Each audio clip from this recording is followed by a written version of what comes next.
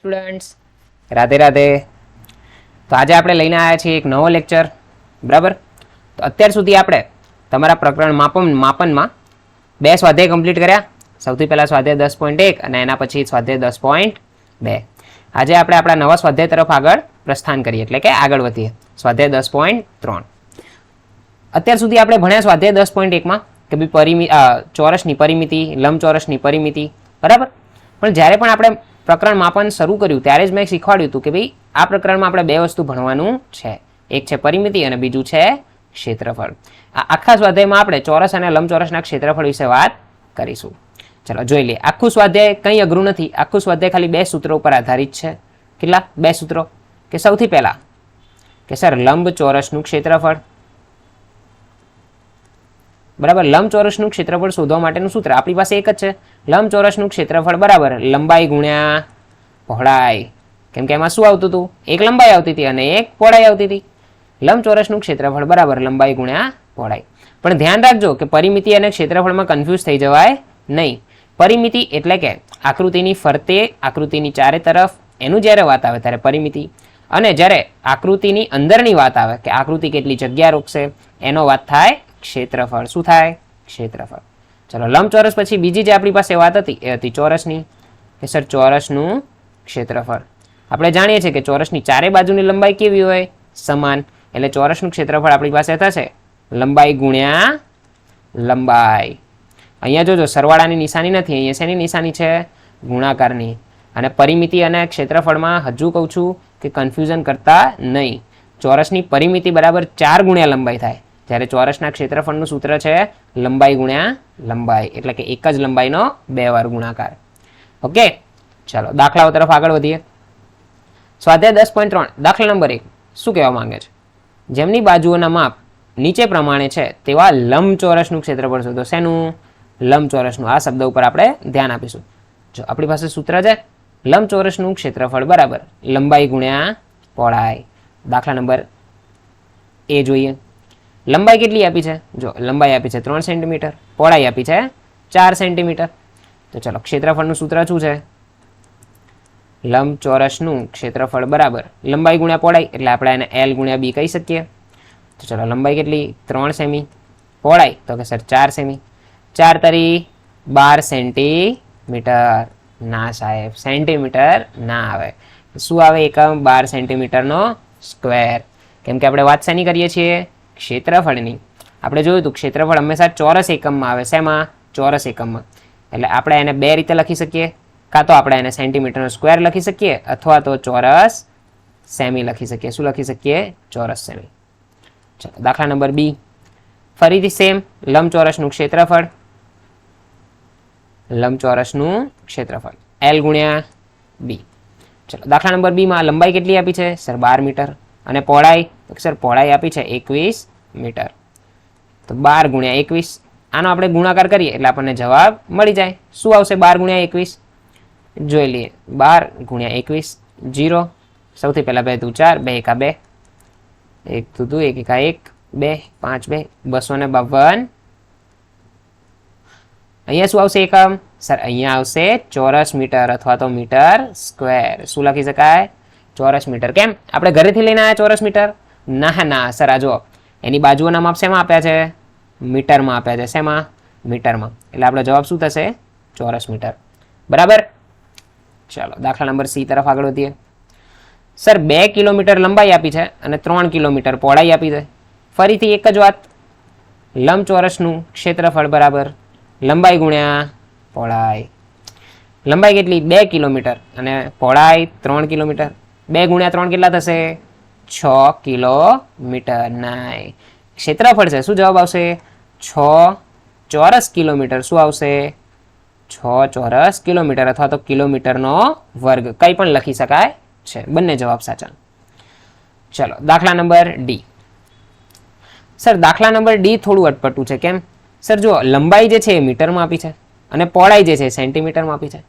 હા બરાબર. યાદ રાખવાનું કે જ્યારે પણ આપણે ક્ષેત્રફળ કે કંઈ શોધતા હોય તો આપણી પાસે લંબાઈ અને પહોળાઈ બંનેના માપ એક જ એકમમાં હોવા જોઈએ. કાં તો બંને સેન્ટીમીટરમાં હોવા જોઈએ અથવા તો બંને મીટરમાં હોવા જોઈએ અથવા તો બંને કિલોમીટરમાં હોવો જોઈએ. પણ એકમો કેવા હોવા જોઈએ? સમાન. તો જોઈશું, ચલો. લંબાઈ કેટલી આપી છે સર? 2 મીટર અને પહોળાઈ 70 સેન્ટીમીટર. હવે આપણી પાસે બે રસ્તા છે. જો આપણે આ 2 મીટરને સેન્ટીમીટરમાં ફેરવી શકીએ છીએ અને આ સેન્ટીમીટરને મીટરમાં ફેરવી શકીએ છીએ. ચલો, આ જે મીટર છે એને આપણે સેન્ટીમીટરમાં ફેરવીએ. આપણને ખબર છે કે 1 મીટર બરાબર કેટલા સેન્ટીમીટર થાય? તો કે સર 100 સેન્ટીમીટર. તો 2 મીટર બરાબર કેટલા સેન્ટીમીટર થશે? તો કે સર 200 સેન્ટીમીટર. જો બંને થઈ ગયા સમાન. આ એકમ પણ સેમ થઈ ગયો અને આ એકમ પણ સેમ થઈ ગયો. હવે આપણે સૂત્ર મૂકી શકીએ કે લંબચોરસનું ક્ષેત્રફળ બરાબર લંબાઈ ગુણ્યા પહોળાઈ, એટલે કે 200 ગુણ્યા 7 બરાબર કેટલા આવશે? 7 દુ 14, સોરી 200 ગુણ્યા 70, એટલે કે સર 14,000 સેન્ટીમીટરનો સ્ક્વેર અથવા તો ચોરસ સેન્ટીમીટર. કેમ સર સેન્ટીમીટર આવ્યું? કેમ કે જો આપણે મીટરને શેમાં ફેરવ્યા હતા? સેન્ટીમીટરમાં. અને દાખલો આપણે શેના વડે ગણ્યો? સર સેન્ટીમીટર વડે ગણ્યો. બોલો, ખબર પડી ગયા 4 દાખલામાં? પાક્કું? ઓકે, ચલો હવે આગળ વધીએ દાખલા નંબર 2 તરફ. બસ દાખલા નંબર 2 પણ એ જ છે. આમાં જેમ આપણે લંબચોરસના ક્ષેત્રફળ શોધ્યા છે એમ એમાં જોઈ લઈએ શું આપ્યું છે. એમાં આપણને એવું કહે છે કે જેમની બાજુઓના માપ નીચે પ્રમાણે છે તેવા ચોરસના ક્ષેત્રફળ શોધો. કોના? તો કે ચોરસના. ઓકે, જો આપણે સૂત્ર લખેલું છે ચોરસનું ક્ષેત્રફળ બરાબર, તો કે ચોરસનું ક્ષેત્રફળ બરાબર લંબાઈ ગુણ્યા લંબાઈ, એટલે કે લંબાઈ અને લંબાઈનો ગુણાકાર. દાખલા નંબર 1, ચોરસનું ક્ષેત્રફળ બરાબર લંબાઈ ગુણ્યા લંબાઈ, એટલે કે L ગુણ્યા L. લંબાઈ કેટલી આપી છે આપણને? તો કે સર 10 સેમી, એટલે કે 10 ગુણ્યા 10. શું આવશે જવાબ? 100. અને એકમ? તો કે સર સેન્ટીમીટરનો સ્ક્વેર અથવા તો ચોરસ સેન્ટીમીટર. બોલો બરાબર? Okay, very good. ચલો દાખલા નંબર 2, ફરીથી એ જ સર ચોરસનું ક્ષેત્રફળ બરાબર લંબાઈ ગુણ્યા લંબાઈ. લંબાઈ કેટલી આપી છે? Sir 14 centimetre. તો 14 ગુણ્યા 14 આપણે કરીએ. 14 ગુણ્યા 14, 0, 1 ચોક 4, 1 એકા 1, ચોકું ચોકું 16, વધી પડી 1, 4 એકા 4 ને 1 5. તો કે સર 6, 5 ને 4 9, 196. 14 ગુણ્યા 14 કેટલા આવશે? 196. અને એકમ આવશે સેન્ટીમીટરનો સ્ક્વેર અથવા તો ચોરસ સેન્ટીમીટર. બોલો બરાબર? કે દાખલા નંબર સી, ફરીથી એ જ ચોરસનું ક્ષેત્રફળ બરાબર લંબાઈ ગુણ્યા લંબાઈ. કેટલું આપ્યું છે? તો કે સર 5 મીટર, એટલે કે 5 ગુણ્યા 5, પાય પાય કેટલા થાય? સર 25. અને એકમ? જો સર અહીંયા એકમ આપ્યો છે મીટરમાં. શેમાં? મીટરમાં, એટલે કે ચોરસ મીટર. બોલો, ખબર પડી ગઈ આ 2 દાખલામાં? બસ આ જ છે આખા સ્વાધ્યાયમાં. લંબચોરસનું ક્ષેત્રફળ શોધો અને ચોરસનું ક્ષેત્રફળ શોધો. લંબચોરસનું ક્ષેત્રફળ શોધો અને ચોરસનું ક્ષેત્રફળ શોધો. બસ આના સિવાય કાંઈ નથી. એકદમ ઇઝી. ચાલો આગળનો દાખલો જોઈએ. દાખલા નંબર 3. જો દાખલા નંબર 3 શું કહેવા માંગે છે? 3 લંબચોરસની લંબાઈ અને પહોળાઈ ના માપ નીચે પ્રમાણે છે આપેલા છે. તો કે સર A, B અને C આપેલા છે. કોનું ક્ષેત્રફળ સૌથી વધુ અને કોનું ક્ષેત્રફળ સૌથી ઓછું છે શોધો. ઓકે, તો જ્યારે પણ કોઈ બી વસ્તુની કમ્પેરિઝન કરવી હોય વધારે ઓછી, તો ત્રણેયના માપ આપણી પાસે હોવા જોઈએ. મતલબ કે ક્ષેત્રફળ શોધવાનું છે કોનું? તો કે A, B, C અને ત્રણેયનું. અને ત્રણેય કેવા છે? લંબચોરસ. શોધી કાઢી એટલે આપણને ખબર પડી જશે કોનું વધારે કોનું ખોટું ઓછું. હવે જો હું આખું સૂત્ર નહીં લખું, હું ખાલી બોલીશ, તમારે લોકોએ સમજવાનું કે લંબચોરસનું ક્ષેત્રફળ બરાબર લંબાઈ ગુણ્યા પહોળાઈ, એટલે કે L ગુણ્યા B. ચલો લંબાઈ કેટલી આપી છે? 9 મીટર. પહોળાઈ કેટલી આપી છે? તો કે સર 6 મીટર. અને 9 છક 54 ચોરસ મીટર. આ એનો જવાબ આવી ગયો. હવે B શોધી લઈએ. સર લંબચોરસનું ક્ષેત્રફળ બરાબર અમને સૂત્ર યાદ જ છે કે લંબાઈ ગુણ્યા પહોળાઈ. ચલો લંબાઈ કેટલી છે? 17 મીટર અને પહોળાઈ 3 મીટર. 17 તરી 51 ચોરસ મીટર. બોલો બરાબર? ચલો ફરીથી સૂત્ર બોલતા રહેજો.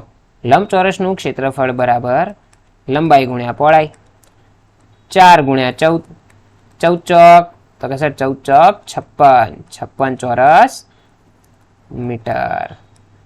હવે આપણે આનું કમ્પેરિઝન કરી શકીએ કે આમાં કોનું ક્ષેત્રફળ વધારે અને કોનું ઓછું. એનું ક્ષેત્રફળ કેટલું આવ્યું? 54. બીનું કેટલું આવ્યું? 51. અને સીનું આવ્યું 56. તો આમાં કહી શકીએ કે સૌથી વધુ ક્ષેત્રફળ સીનું છે કેટલું 56 ચોરસ મીટર. અને બીજું શું પૂછ્યું છે? સૌથી ઓછું. ચલો એ પણ જોઈ લઈએ. તો કે સૌથી ઓછું ક્ષેત્રફળ બી નું આવશે. કોનું? બી નું. કેટલું? 51 ચોરસ મીટર. બોલો પાક્કું આટલે સુધી? એકદમ. ચાલો વેરી ગુડ, સરસ. બસ આવડવું જોઈએ. આમાં કાંઈ અઘરું છે નહીં. આમાં કોઈ જગ્યાએ આપણે રોકેટ સાયન્સનો ઉપયોગ કરવાનો નથી. આગળના દાખલામાં જોઈએ.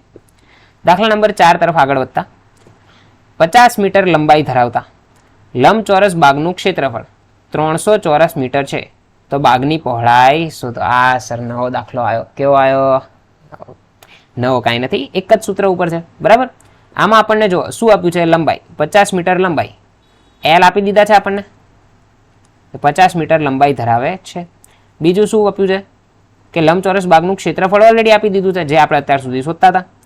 બરાબર. કે ક્ષેત્રફળ બરાબર કેટલું? 300 ચોરસ મીટર. અને બાગની શું શોધવાની છે? તો કે સર બાગની પહોળાઈ શોધો. જો આપણી પાસે સૂત્ર છે. બરાબર. યાદ કરીશું ફરીથી કે લંબચોરસનું ક્ષેત્રફળ બરાબર લંબાઈ ગુણ્યા પહોળાઈ. હવે આપણે આ સૂત્રમાં જેટલી પણ વસ્તુ આપી છે એ આપણે મૂકી દઈએ. ઇન્ફોર્મેશન લંબચોરસનું ક્ષેત્રફળ આપેલું છે. હા સર જો 300 ચોરસ મીટર મૂકી દઈએ. બરાબર. લંબાઈ આપી છે. હા સર 50 મીટર. અને શોધવાનું શું છે? તો કે પહોળાઈ. હવે જો આ 50 અહીંયા આ પહોળાઈની સાથે કેવા છે? તો કે ગુણાકારમાં. હવે જો આને હું આ બરાબરની આ બાજુ લઈ જાઉં તો કેવા થઈ જાય? હવે સર ગુણાકારની બદલે ભાગાકારમાં થઈ જશે. જો આવું થશે. માટે 300 ભાગ્યા 50 બરાબર બી. આવું લખી શકાય. તો અહીંયાથી આપણને આ પહોળાઈ મળી જાય. હવે આ વસ્તુને આપણે છેદ ઉડાડી દઈએ કે શૂન્ય ગઈ બરાબર. અને 5 6 30. તો જો આપણને પહોળાઈ કેટલી મળી ગઈ? કે સર બી બરાબર 6 મીટર. બોલો મળી જાય. આવી રીતે આપણે પહોળાઈ શોધી શકીએ. હવે જો આપણને અહીંયા પહોળાઈ આપી હોત અને આવી રીતે લંબાઈ શોધવાની કીધી હોત તો પણ સેમ રીત. લંબચોરસના ક્ષેત્રફળ બરાબર એમાં જે પણ રકમ આપી હોય એ મૂકી દઈએ. એના પછી કોઈ પણ એક લંબાઈ આપી હોય એ મૂકી દઈએ અને પહોળાઈ શોધી લઈએ. અને જો પહોળાઈ આપી હોય તો લંબાઈ શોધી લઈએ. બરાબર. ચાલો આગળ વધીએ. દાખલા નંબર 5. દાખલા નંબર 5 આપણને શું કહેવા માંગે છે? 500 મીટર લંબાઈ અને 200 મીટર પહોળાઈ ધરાવતી લંબચોરસ જમીન પર પ્રતિ 100 ચોરસ મીટરે 8 પ્રમાણે લાદી બેસાડવાનો ખર્ચ કેટલો થાય? કેટલાય પૂછ્યું છે? પ્રતિ 100 ચોરસ મીટર. કેટલાય? પ્રતિ 100 ચોરસ મીટર. અને શું આપ્યું છે? 500 મીટર લંબાઈ અને 200 મીટર પહોળાઈ. જમીન કેવી છે? લંબચોરસ. જો આવું હશે.